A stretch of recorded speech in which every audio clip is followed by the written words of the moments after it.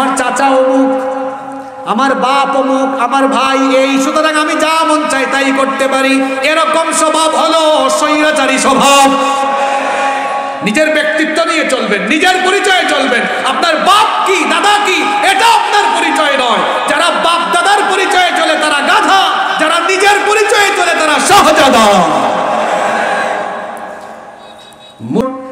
দৌড়ে দৌড়ে বাড়িতে গেল, তার মাকে গিয়ে বলল, মাকে গিয়ে দেখলো বড় টেনশনে আছেন, পেরেশানিতে আছেন।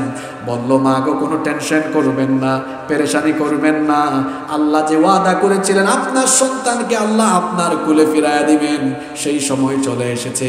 পুরা ঘটনা শোনালেন মুসা নবীর মা। এবার ফেরাউনের প্রাসাদে গেলেন, পরিচয় দিলেন না, কেউ পরিচয় জানতে পারল না। তিনি যাওয়ার পরে যখন ছোট্ট সেই শিশুকে তিনি যখন কোলে নিলেন, আশ্চর্য অবস্থা, যে শিশু কোনো নারীর স্তনে মুখ লাগায় না, এবার সেই শিশু এই মহিলার কোলে যাওয়ার পরে সঙ্গে সঙ্গে ওই মহিলার স্তন থেকে দুধ পান আরম্ভ করেছে। আসিয়া খুশি হলেন, ফেরাউন ঘটনা জানলো। জানার পরে ফেরাউন এসেছে, এসে বলে, এই মহিলা, তুমি আর তোমার বাড়িতে যাইতে পারবা না, তুমি এখন আমার রাজপ্রাসাদে থাকবা। আমার স্ত্রী আসিয়া যেহেতু এই সন্তানকে পছন্দ করেছে, তাকে দুধ পান করাবা, তাকে লালন পালন করবা, আর তুমি যেহেতু কষ্ট করবা এখানে থেকে থেকে, এই বাচ্চাটাকে দেখাশোনা করবা, দুধ পান করাবা, আমার ফেরাউনি সরকার থেকে তোমাকে এই জন্য বেতন ভাতা দেওয়া হবে। সুবহানাল্লাহ পড়তে ইচ্ছা করে না? যেই মুসা নবীর টেনশনে ফেরাউন ছিল, এখন ওই মুসা নবীকে ফেরাউনের ঘরে ঢুকায় দিয়া তার মাকে তার পরিবারকে বেতন ভাতা খাওয়াইয়া মুসা নবীকে ফেরাউনের ঘরে বড় করার ব্যবস্থা যিনি করেছেন তিনি কে? মুসা নবী বড় হয়ে যাচ্ছে, যৌবনে পদার্পণ করলেন। আপনাদের মনোযোগ আছে তো? 15-20 মিনিট মনোযোগ থাকবে তো? দেখেন আলোচনা কোথায় যায়। মা বোনরাও অপেক্ষায় আছে, হুজুর আমাদের জন্য কিছু কথা বলে না কেন? তাদের উদ্দেশ্যেও এখন অনেক কথা হবে ইনশাআল্লাহ। যুবকরা অপেক্ষায় আছে, হুজুর আমাদের বিয়া শাদীর কথা বলে না কেন? এই ওয়াজও চলে আসছে এখন। সবার মনোযোগ আছে তো? বলছি না, এমন এক আয়াত সিলেক্ট করেছি সবার জন্য শিক্ষা এখানে আছে। মুসা নবী কি হয়ে গেছেন? জোরে বলেন, কি হয়ে গেলেন? কার ঘরে? জোরে বলেন, কার ঘরে? ফেরাউনরা সব সময় ক্ষমতা হারানোর ভয়ে থাকে, অথচ ফেরাউনরা জানেও না তাদের ঘরেই তাদের দুশমন লালিত পালিত হয়। মুসা নবী যুবক হয়ে গেলেন। যখন তিনি যৌবনে পদার্পণ করলেন, আল্লাহ তাআলা তাকে জ্ঞান দিলেন, হিকমত দিলেন। আল্লাহ তাআলা কোরআনে বলছেন, ওয়ালাম্মা বালাগা আশুদ্দাহু ওয়াস্তাওয়া আতাইনাহু হুকমান ওয়া ইলমা ওয়া কাযালিকা নাজজিল মুহসিনিন। আর যখন তিনি যৌবনে পদার্পণ করলেন, তখন আল্লাহ তাকে হিকমত দিলেন, জ্ঞান দিলেন। মুসা নবী তিনি যৌবনে পদার্পণ করলেন। একদিন তিনি দুপুরবেলা শহরে বের হলেন। জোরে বলেন, কোন সময়? দুপুরবেলা শহরে বের হলেন, দেখলেন দুই ব্যক্তি ঝগড়া করছে। একজন হলো ফেরাউনের বংশের, আরেকজন হলেন বনি ইসরাইল অর্থাৎ মুসা নবীর বংশে। দুই ব্যক্তি ঝগড়া করছে। এখন দেখা গেল যে ঝগড়া করছে ফেরাউনের বংশের লোকটা বনি ইসরাইলের উপরে জুলুম করছে, বনি ইসরাইলের ওই ব্যক্তির উপরে সে অন্যায় করছে, অবিচার করছে।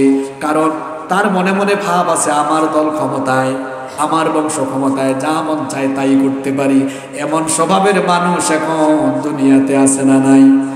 আমার চাচা অমুক, আমার বাপ অমুক, আমার ভাই এই, সুতরাং আমি যা মন চাই তাই করতে পারি, এরকম স্বভাব হলো স্বৈরাচারী স্বভাব। নিজের ব্যক্তিত্ব নিয়ে চলবেন, নিজের পরিচয়ে চলবেন। আপনার বাপ কি দাদা কি এটা আপনার পরিচয় নয়। যারা বাপ দাদার পরিচয়ে চলে তারা গাধা, যারা নিজের পরিচয়ে চলে তারা শাহজাদা। মুসা নবীকে দেখে বনি ইসরাইলের ওই লোক সাহায্য চাইল, আপনি আমাকে সাহায্য করেন। মুসা নবী এগিয়ে গেলেন, দুজনের ঝগড়া মীমাংসা করতে চাইলেন। কিন্তু ফেরাউনের বংশের ওই লোক হেডাম বেশি, তো মানতে চায় না। মুসা নবীর রাগ কম না বেশি?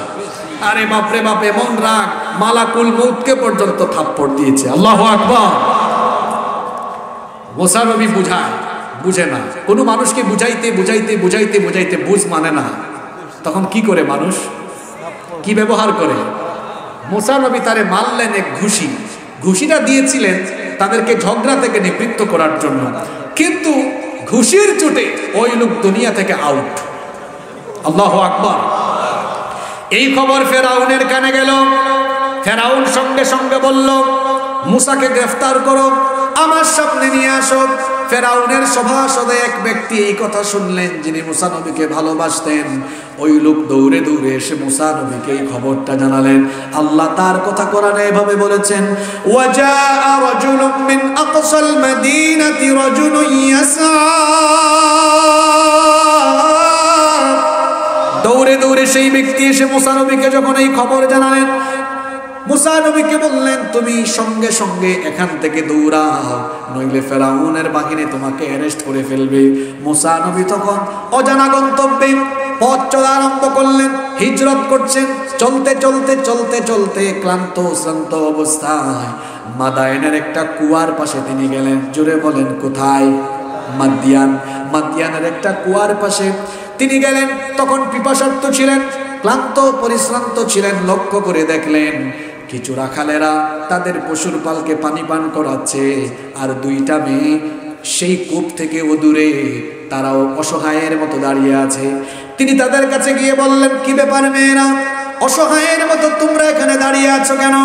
সেই মেয়েরা তখন বলল, আমাদের বাবা অত্যন্ত বয়োবৃদ্ধ মানুষ, আবুনা শাইখুন কাবীর, আমাদের বাবা বয়োবৃদ্ধ মানুষ, আমাদের ঘরে আর কোনো পুরুষ মানুষ নাই, সেজন্য আমাদের পশুর পাল নিয়ে আমরা মরুভূমিতে আসি।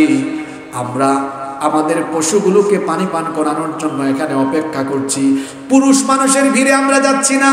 এরা যখন তাদের পশুর পালকে পানি পান করিয়ে চলে যাবে, তখন আমরা যাব। মা বোনদের ওয়াজ চলে এসেছে। মা বোনরা ভালো করে শোনেন, পুরুষ মানুষদের কাছাকাছি গিয়ে পুরুষের ভিড়ে গিয়ে ঘেঁষাঘেঁষি করা, ঠেলাঠেলি করা, এটা কোনো ভালো নারীর চরিত্র হতে পারে? আমার দেশে মার্কেট, এই যে সামনে রমজান মাস আসতেছে, আরে বাপরে বাপ, 15 রমজান 20 রমজান হয়ে গেলে নারীদেরকে ঘরে আটকায় রাখা যায় না। দেখা যায় মার্কেটে গিয়ে পুরুষের ভিড়ে ঠেলাঠেলি আছে না নাই? পুরুষের ভিড়ে গিয়ে ঠেলাঠেলি করা, ঘেঁষাঘেঁষি করা। রাগ করবেন না, আপনারা বহু জায়গায় মাহফিলে আছে, মাহফিলের ধারে মেলা বসে, বাজার বসে, বহু দোকানপাট বসে, অনেক নারী পুরুষ মাহফিলের প্যান্ডেল থুইয়া, প্যান্ডেল তো ভালো, এক জায়গায় পুরুষের প্যান্ডেল, আর এক জায়গায় মহিলার প্যান্ডেল, পর্দা আছে, কিন্তু কিছু পুরুষ আর কিছু নারী আছে, পুরুষ প্যান্ডেল মহিলা প্যান্ডেল ফেলে রেখে তারা বাজারে বাজারে আছে ঘেঁষাঘেঁষি ঠেলাঠেলিতে। এই কথা কিন্তু তারা এখন শুনছে, তাদের হিট লাগছে। ঠিক আছে না কথা? এই যে দেখুন, 2 মেয়ে দাঁড়িয়ে আছে, এরা নবীর মেয়ে।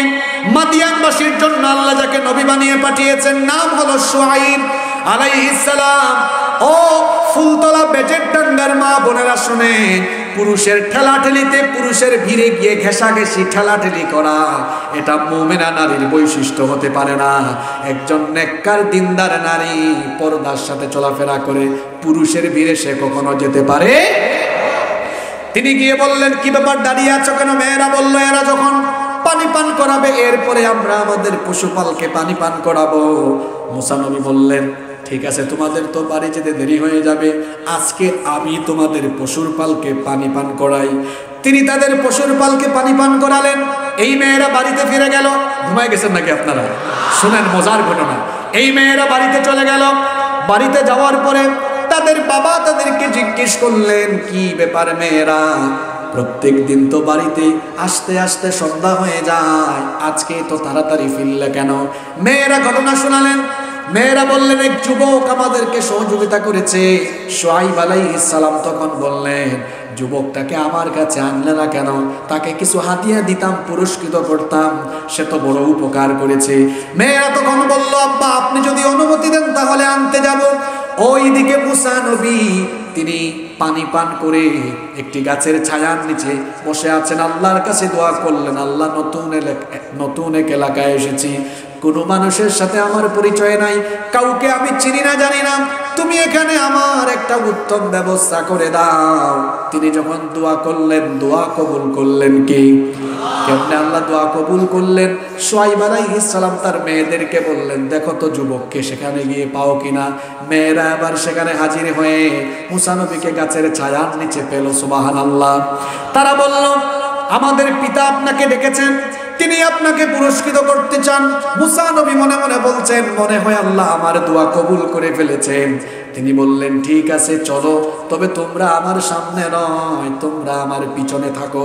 যুবক ভাইরা শোনো, মেয়েদের পিছনে ঘুরঘুর করা এগুলো হলো লুচ্চা বদমাইশ অসভ্য ছেলের স্বভাব।